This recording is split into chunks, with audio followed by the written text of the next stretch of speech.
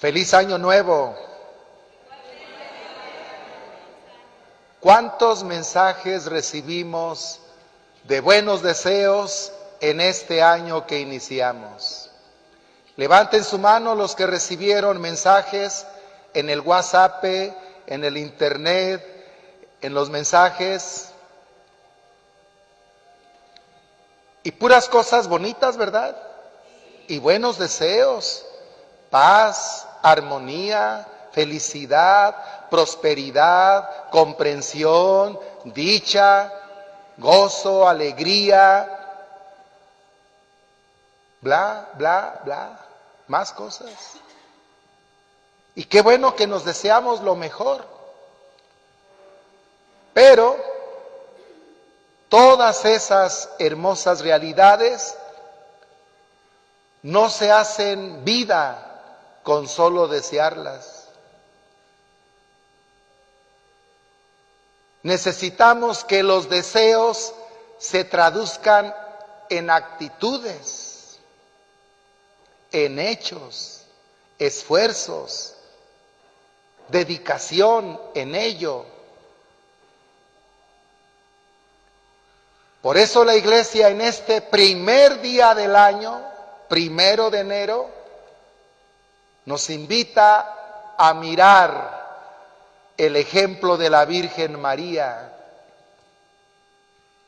Hoy la celebramos como Madre de Dios. En eso no la podemos imitar. Fue un papel único de ella. Pero en su vida ordinaria,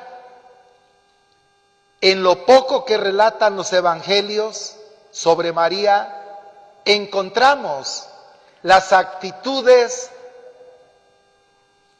que van a hacer posible que este año sea un año mejor y tengamos una vida más feliz, viviendo todos esos deseos que nos enviaron y que enviamos. La Virgen María en la vida de un cristiano católico debe ser primero un ejemplo de vida a seguir. Y eso no lo digo yo, lo dice la doctrina de la Iglesia. El pueblo mexicano y en general la Iglesia somos muy celebrativos en torno a la Virgen María. Cantos, rezos, celebraciones, flores, cohetes, música.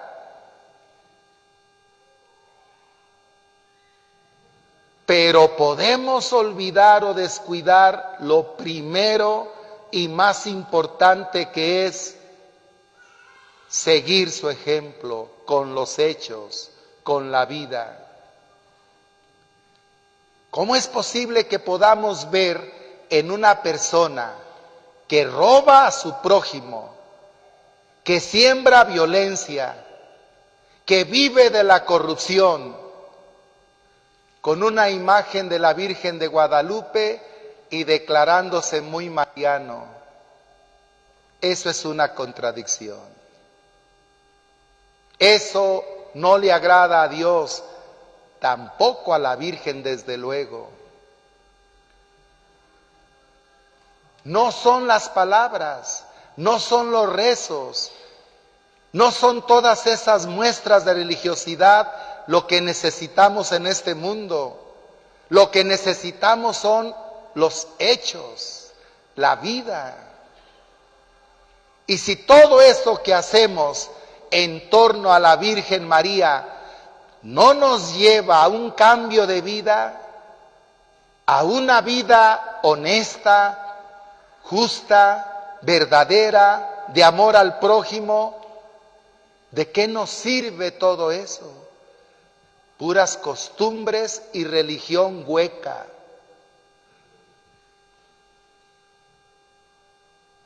La doctrina de la Iglesia nos insiste en eso.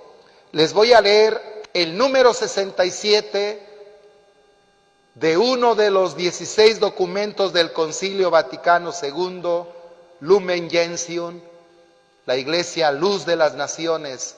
En el número 67 dice así el Concilio Vaticano: recuerden los fieles que la verdadera devoción, subrayo, verdadera devoción, no consiste ni en un sentimentalismo estéril, puro sentimiento, Virgen María, yo te quiero tanto, bla, bla, bla, y muchos signos movidos por el sentimiento, pero sin cambio de vida, sin amor al prójimo, sin perdón al que nos ofende, sin ayuda al necesitado, sin buscar la justicia y la verdad. La verdadera devoción no consiste ni en un sentimentalismo estéril y transitorio, ni en una vana credulidad, sino que procede de la fe auténtica que nos induce a reconocer la excelencia de la Madre de Dios, que nos impulsa a un amor filial hacia nuestra Madre y a la imitación de sus virtudes. Es el Concilio Vaticano II, el documento más importante de la doctrina de la Iglesia. Claro, después de la Biblia, desde luego. Aquí en América Latina los obispos también nos dan sus documentos de vez en cuando. Y en el último documento que nos dieron los obispos en América Latina, el documento de Aparecida, porque lo realizaron en la ciudad de Aparecida, Brasil, en el número 269 dice: son incontables las comunidades que han encontrado en la Virgen María, Ayotlán, Degollado, Atotonilco y todas estas poblaciones, la inspiración más cercana para, atención, para aprender de ella cómo ser discípulos y misioneros de Jesús. Aprender de ella cómo ser discípulos y misioneros de Jesús. ¿Lo estamos aprendiendo? ¿Aprendemos eso en todas esas manifestaciones de religiosidad mariana? ¿A ser discípulos y misioneros de Jesús? Lo pide la Iglesia. Les invito a que revisemos nuestras vidas entre varios ejemplos que vemos en la Virgen María, entre muchas de sus actitudes, en estas 4 que nos surgen. La primera, su amor a la palabra de Dios. Su amor a la palabra de Dios. El hoy difunto Papa Benedicto XVI, en el último documento que nos dejó, Verbum Domini, la palabra del Señor, en el número 28, vean qué belleza de enseñanza nos ha dejado, usando imágenes hermosísimas. ¿Listos? Número 28 de Verbum Domini dice: deseo llamar la atención sobre la familiaridad de María con la palabra de Dios. Familiaridad de María con la palabra de Dios. La palabra de Dios es verdaderamente su propia casa. Qué hermosa imagen. La palabra de Dios es su propia casa. Nosotros cada que visitamos esa casa, la palabra de Dios. Si es la casa de María, tiene que ser la casa de sus hijos, ¿o no? ¿O no? Se siente como en su casa, en la palabra de Dios, de la cual sale y entra con toda naturalidad. María habla y piensa con la palabra de Dios. Habla y piensa con la palabra de Dios. nosotros también hablamos y pensamos con la palabra de Dios. Si somos sus hijos, si le amamos, habla y piensa con la palabra de Dios. La palabra de Dios se convierte en palabra suya y su palabra nace de la palabra de Dios. Así se pone de manifiesto que sus pensamientos están en sintonía con el pensamiento de Dios. Sus pensamientos en sintonía con el pensamiento de Dios. ¿Y los nuestros? ¿También nuestros pensamientos están en sintonía con los pensamientos de Dios, como los tiene María? Que su querer es un querer con Dios. Al estar íntimamente penetrada por la palabra de Dios, puede convertirse en madre de la palabra encarnada. E imitemos a la Virgen María en el amor a la palabra de Dios. Propongámonos meternos a los evangelios como a nuestra casa, como lo hizo María. Meditar la vida de Jesús, su Hijo, en los evangelios una y otra vez, porque la palabra de Dios es fuente de agua viva que renueva. Y como a las fuentes de agua, tenemos que volver una y otra vez. Hay quien dice de repente, yo ya leí la Biblia. Pues no se nota. Yo ya leí los evangelios. Pues los leíste, pero no te quedaste en ellos. No te metiste a ellos. Se trata de que sea nuestra casa, donde vivamos siempre la palabra de Dios. Por eso en nuestro mundo hay muchos desórdenes, vicios, libertinajes, adulterios, divorcios, injusticias, robos, abusos, falsedad, hipocresía, porque no vivimos en la palabra de Dios. Y eso se lo reveló el mismo Jesús a Santa Teresa. En el mismo documento Verbum Domini del Papa Benedicto XVI, en el número 48, vean lo que dice. Santa Teresa de Jesús recuerda que Jesús mismo le revela que todo el daño que viene al mundo es de no conocer las verdades de la Escritura. Todo el daño que viene al mundo es de no conocer las verdades de la Escritura. Eso le reveló Jesús a Santa Teresa de Jesús. ¿Le creeremos? ¿Cambiaremos nuestra actitud hacia la Biblia? ¿La haremos la casa de Dios donde vivamos este año que iniciamos?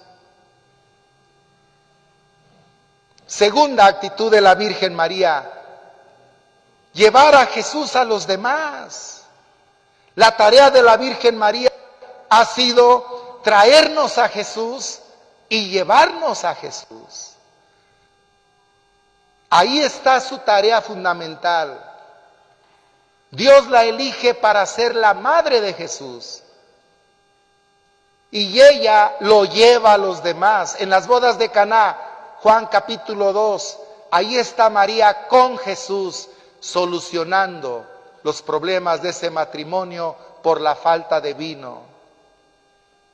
Es María quien lleva a Jesús. Con su prima Isabel, Lucas capítulo 1, aquella anciana va a dar a luz a Juan el Bautista. María sabe de su necesidad para ser ayudada y le visita para ayudarle. Le lleva a Jesús cuando llega a casa de Isabel. ¿Quién soy yo para que la madre de mi Señor, venga a verme? Lo primero que percibe Isabel es la presencia de su Señor, de Jesús, al ver a María. Cuando los demás nos miran a nosotros, ¿qué es lo primero que perciben? ¿También a Jesús? La presencia de Jesús, la presencia de Dios, la alegría de Dios, la paz de Dios, el servicio de Dios, la entrega de Dios, la amabilidad de Dios. ¿Qué es lo que perciben los demás? Isabel percibió en la visita de María la presencia de Jesús. ¿Quién soy yo para que la madre de mi Señor venga a verme? Llevar a Jesús a los demás. No llevar chismes, no llevar mitotes, calumnias y menos, peor, inventos. No llevar solo noticias negativas, tóxicas. No llevar tantas cosas que hace falta barrer en las relaciones humanas. Llevar a Jesús, llevar fe, llevar paz, llevar alegría, la presencia de Dios en nosotros. Tercera actitud de la Virgen María que tendríamos que imitar. María está atenta a las necesidades de sus prójimos necesitados. Y esto lo vemos en esos dos mismos pasajes que acabamos de recordar.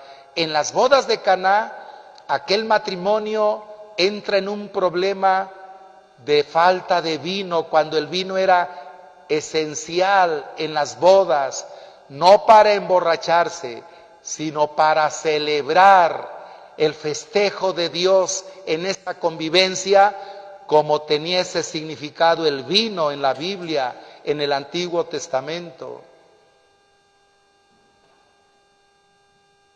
María está ahí y acude a Jesús para solucionar ese problema. No tienen vino. María está con Isabel, su prima, para apoyarle, ayudarle. Como María, nosotros, sus hijos, debemos estar atentos al prójimo que nos necesita, al prójimo que le podemos dar una palabra de aliento, al prójimo que podemos apoyar con algo, al prójimo que nos necesita en algo. Ese es el ejemplo que nos ha dado María. Cuarta actitud y última que les propongo: ser solidarios como María con los que sufren. Estar con los que sufren, apoyándoles, animándoles. El peor momento del grupo de amigos de Jesús y de Jesús mismo es su muerte. Como la muerte es el peor momento que podemos vivir nosotros. Al pie de la cruz, cuando la mayoría de sus amigos, seguidores, gente que le seguía, que recibió sus milagros, que recibió sus bendiciones, no está. Y se encuentra Jesús solo, en el sufrimiento, en la angustia, en el dolor. Llega María con otras mujeres, dice San Juan en el capítulo 19. Y es cuando la recibimos como Madre nuestra. Ahí tienes a tu madre, ahí tienes a tu hijo, en la cruz. María está ahí, en el sufrimiento, en el dolor. Y esa es la advocación de la Virgen de la Soledad. María acompañando al que sufre, al necesitado, al que llora, para darle ánimo, fortaleza, apoyo. Empeñémonos en seguir estos ejemplos de la Virgen María. En eso consiste la verdadera devoción y el verdadero amor. Yo soy muy mariano, yo soy muy mariana. Obras son amores y no buenas razones. No lo digas, vívelo, que se vea en tus hechos. Que te digan, te pareces a la Virgen María. ¿Te lo han dicho? Porque seguido le dicen algunos hijos, eres igual que tu papá, te pareces a tu mamá. Que nos digan, se nota que eres hijo de la Virgen María. Voy a terminar con esta bella oración que el Papa Francisco escribe en su primer documento que nos regaló en el 2013 cuando fue elegido Papa. Bendito sea Dios. En ese documento, El gozo del Evangelio, vean qué bella oración hace el Papa al final de su documento y que resume todas estas cualidades de la Virgen María. Virgen y Madre María, tú que movida por el Espíritu, acogiste al Verbo de la vida en la profundidad de tu humilde fe. La Virgen María tenía una fe profunda, no superficial, no de palabras y oídas, vivencial, profunda. Acogiste al Verbo en la vida, en la profundidad de tu fe humilde, totalmente entregada al Eterno. Ayúdanos a decir nuestro sí ante la urgencia más imperiosa que nunca de hacer resonar la buena noticia de Jesús. Hacer resonar la buena noticia de Jesús, es decir, el Evangelio. Tú, llena de la presencia de Cristo, llevaste la alegría a Juan el Bautista cuando visitó a Isabel, haciéndolo exaltar en el seno de su madre. Consíguenos ahora un nuevo ardor de resucitados en este año que iniciamos, para llevar a todos el Evangelio de la vida, que vence a la muerte. Danos la santa audacia de buscar nuevos caminos,